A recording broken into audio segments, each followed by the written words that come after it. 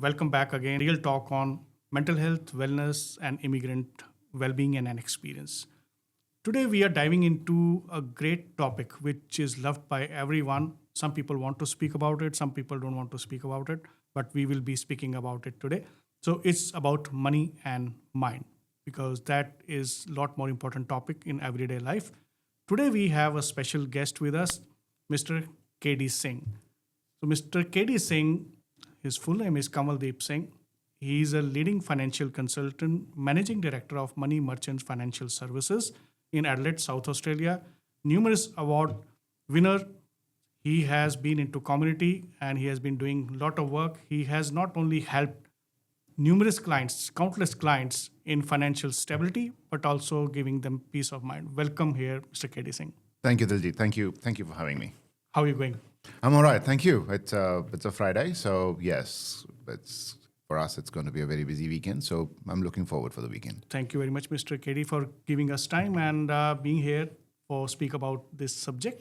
Sure. So we start with to discuss today what is the link between financial situation and mental health. Diljit, if you ask me, financial situation, or I would say financial well-being and mental well-being are the two sides of a same coin.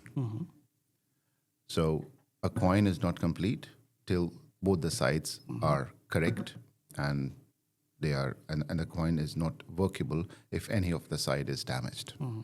So same way, having a financial well-being is very important for me having along with the mental well-being. So that's what I think. And it is very important that people should understand that if you are financially secure, if you are financially mature, and if you are financially in control, you are mentally very strong.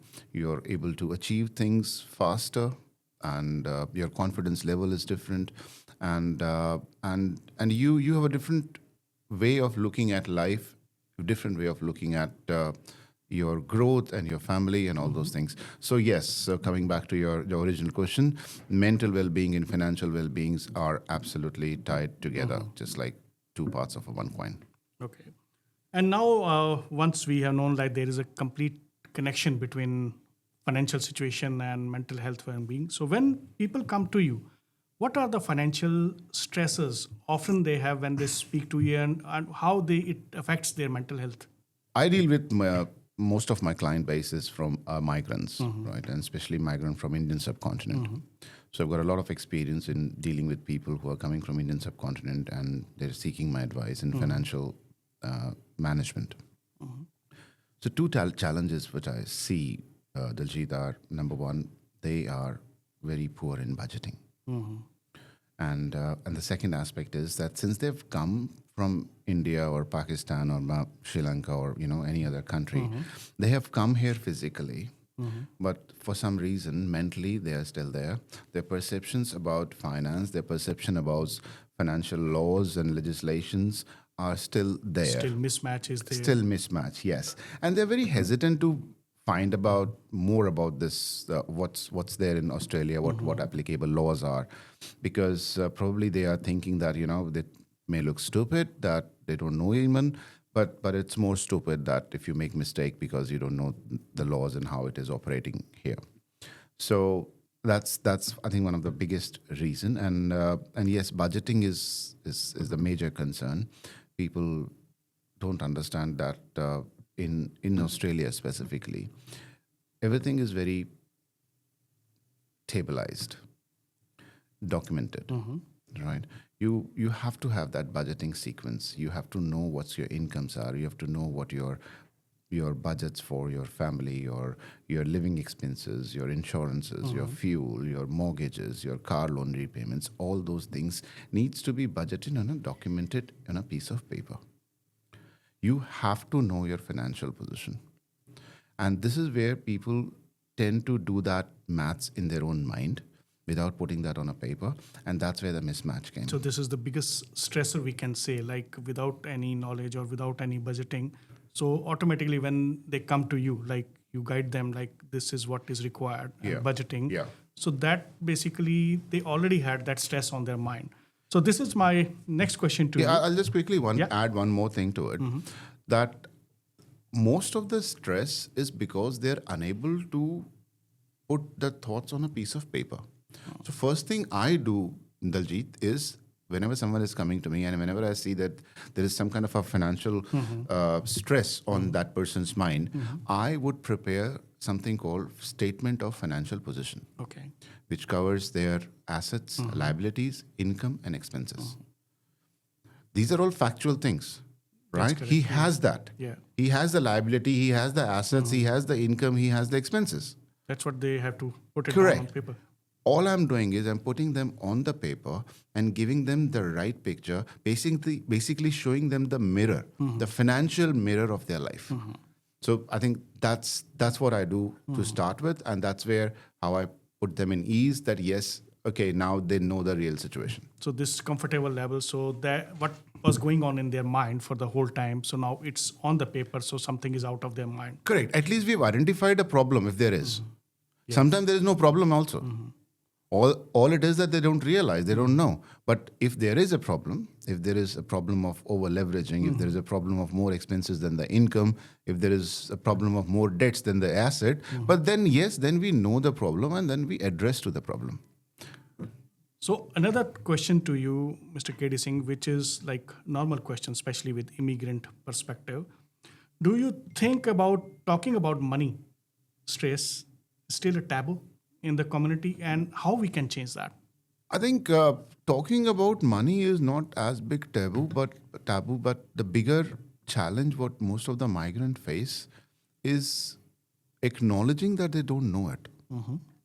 They come from obviously from a different background. They are not young kids. They are mature people. They're coming with their families, so they think that and it is very hard for them to go back to the school board, go back and clean the slate and start learning it again. It's very hard for them. It's how they have been trained that they know everything. So I think that's the biggest challenge. People don't understand, don't acknowledge the need of learning again. Okay. So when they come from India, Pakistan, anywhere else in the world, when they're coming here, whatever they have learned, they have to unlearn. Yeah. That's the biggest challenge. And that's what you can call it a taboo or you can call it a shortcoming. But yes, that creates the stress. Now, That's right. they do not know, they don't want to learn, and they are kind of ashamed of asking someone. And they come in a situation when there is no other way left than to reach out to a professional and seek help. So I always tend to educate people and tend to advise them that please do this in the very first stage. Don't be in the situation where it is a crisis management. It's prevention is definitely and always better than cure. Better than cure, yeah. And it's like between two worlds when they are transiting from that country to another country. Absolutely. It's always between two minds and two places and two laws. So what basically the only issue what I have seen is people don't speak. They try to like hide. Okay, no, it's my money situation. I don't want to speak. But they should be like transparent to their consultant at least. They usually are. So by the time someone is coming to me, he knows that he can't hide things from me. So we are like a financial doctors. So if you hide your things from your doctor, how will the doctor is going to give you a right treatment? That's correct. And so are we, and so that's how we are too. So yes, I do not have that problem that people are hiding things from me. What I feel disappointed at that they should have come first, or they shouldn't have waited as that long to come and seek help in financial situations. So now we move to another scenario when someone feels completely overwhelmed by money issues. Where do you begin helping them? Because easily you can make out being a consultant, or when they are talking to you. So how you start helping them in that regard? As I said, Dijit, the first and foremost thing is preparing a statement of financial position. Let's get everything on paper. Let's get the factual data in place, right? Let's get out of the assumption phase. Let's get out of the imagination phase, right? Money, finance, is black and white. It's finite. It's tangible. It's numbers. You don't have to assume it. You don't have to It's real imagine numbers, it. yeah. They're real numbers, right? They're real formulas. There's a real ratios. So that's what I do. So first, once I have the financial position of that person, and that's where I try to figure it out why and what is causing him the stress. And sometimes the stress is not related to the financial position, Daljit, and you'll be surprised to know that. Okay. The stress, a financial stress, is not related to his own financial situation. It is related to a comparative financial situation of a friend or a relative or anyone else in the community. Okay. So that's what they can relate on themselves. Like that's No, the that's situation. the comparison. So this guy is not stressed because He has his own things. he has his money or he has enough and more money to take care of his expenses. He is stressed because he has not have enough money or as much money as his neighbor. So that comparison makes That him more comparison makes him stressful. stressful in their mind, Absolutely, thinking about others. Absolutely. So comparing in the peer group, comparing in the friend circle, comparing with the people who came with them in the same time, but they have probably grown little better or they have more financial means and someone has less financial means. So he is stressed not because he cannot meet his ends. He can. But he is stressed because he wants to. He's not stressed because of he can't meet his ends. He can meet his ends, but he's stressed financially because he thinks that he should have had more, Like the other person. like the other person. Correct. So sometimes that's one of the biggest reason of financial stress. That's correct, Mr. KD. And viewers, like as KD Singh has rightly said, like sometimes the situation, like what we are facing, it's always there. But what we have seen in the community as well, it's always a comparison. Like how he has got more money, how he has more houses, how he has that luxury cars. And that always the comparison comes as a trigger in mental health because when you see like comparing yourself, so that's what the problem starts. So Mr. KD Singh, we have already discussed about some causes and what are the triggers. Now, when we come to financial literacy and mental resilience, so how important is financial literacy for preventing stress and anxiety, which is causing? One thing is we have already discussed, like don't compare yourself with others. And what are the other things? See, most important thing is to acknowledge and understand what your strengths and weaknesses are. It's like no individual is same, and hence no circumstances are same, and hence no results will be same. So you have to understand this, that where do you stand? Where do you stand in your financial position? What are your current challenges? What are your short-term goals? What are your long-term goals? And how do you wish to plan them?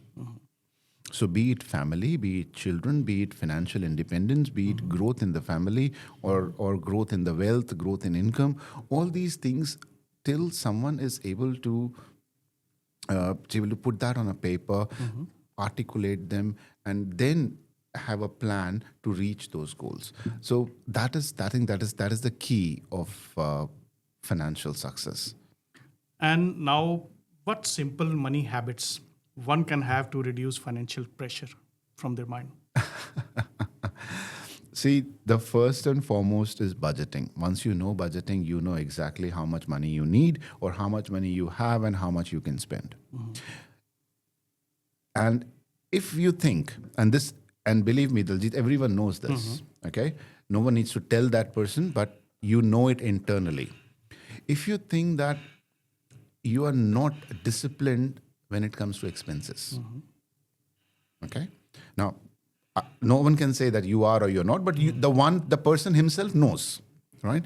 So if I would say to that person, if the person thinks he's not disciplined enough to manage his expenses, that person should stay away from undue credit. Okay. Like credit cards, like store cards, like, I don't know, that's Like the Apple pay Pay. later or- The pay later, buy now, pay Buy now, later pay things, later, and all those things. So that's very important. They're very attractive. They are very impulsive, and to manage them, you need a very great disciplined mind to manage those things. So I think that's very important understanding one should have. Another thing, Mr. KD, do you think financial planning should also be considered in a self-care? Absolutely. Financial. Because normally what we do, Yeah, we yeah, can take care of our body, we going to gym or exercising. So we normally forget about the financial.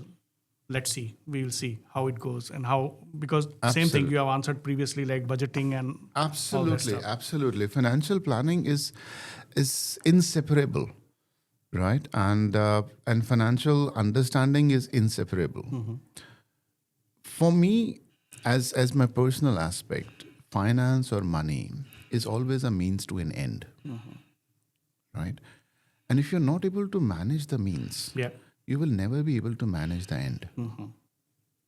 So you must be in control of your financials, and you must be aware about your financial position. And that's where I said that putting everything on a piece of paper, taking guidance from a qualified person who knows about finance, who has an experience about budgeting and forecasting and all those things, that's very important. And be vocal about it, discuss about it.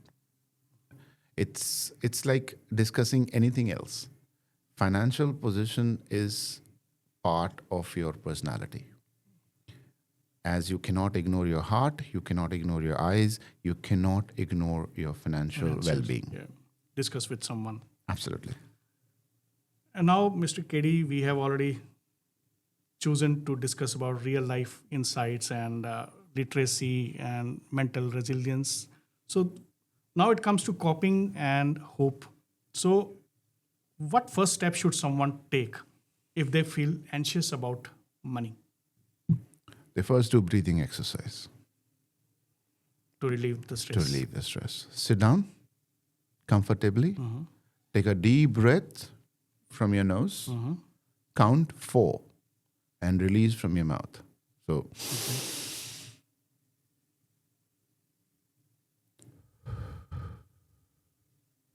do this at least 5 times. This is going to calm you down first. I'm not a psychiatric or I'm not a psychology person, But it's a but it is general just a exercise, general breathing exercise. exercise. This is my own experience, and this is what I do, and that calms me down. That clears the thought process. That gives more oxygen to my mind, and my mind starts working little faster and little better. So that's number one, right? Number 2, once you have cleared your mind, right? The first thing I try to teach people is make a list of priorities. Decide which part of your life, which part of your expense, which part of your well-being is the priority of that time. So the notion is act as per your priority. And believe me, there will never be and there cannot be 2 priorities at the same time. That's correct. There will always be one One priority priority at a time. at a time. And you have to identify that. So if you're able to identify it, right? So first sit down, take deep breaths, calm yourself down, and then put everything on the piece of paper as far as the financial aspect is concerned. Try to create that statement of financial position. And I'm very happy to advise anyone if he needs to understand how to make a statement of financial position, they can contact me through the comments or something, and I'll be happy to help. So coming back, so make that financial statement of financial position, and then try to list the priorities for that day, that time. So what is the priority? What's bothering you? Which part is bothering you? Is the high expenses bothering you or less income bothering you? And believe me, these are 2 different things. Yeah. So we need to identify like what is We the have to cause. identify the cause, right? We have to prioritize those causes, and then handle or manage or address one by one. You have already answered my next question. So, lastly, coming to a point, we have seen as this today's life is stressful life in not only financial way, maybe any family concerns or maybe any other issues or real mental health issues, and which is leading to some decisions which people should not take. It has been a really wonderful, important conversation we had with you today. And you have already given very good examples about how we can take care of our financial planning and at the same time, because financial well being, mental well being go hand in hand. Absolutely. So, before going, can we ask you for your advice to the community in particular, like how to balance their financial life and mental life, mind, how they can manage their money and mind? Okay. Interesting thing.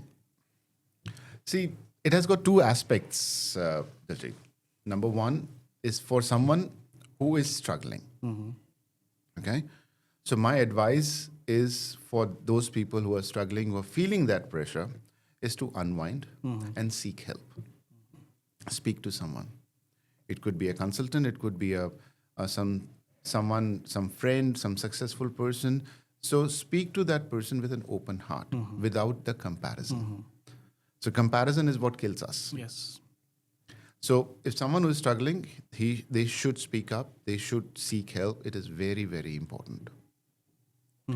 And for people who are not struggling, but for their continuous betterment of life and continuous progress in their life, I would say focus on few things. Number one, always have a budgeted, written plan of financial well-being.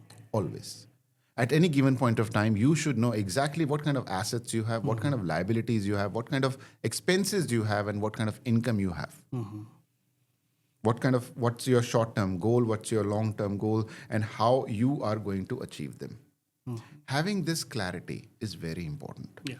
And it is not necessary that everyone would understand, is able to have that clarity on their own. And that's where people like me, people like some accountants, financial planners, consultant would be there to help them in identifying that opportunity.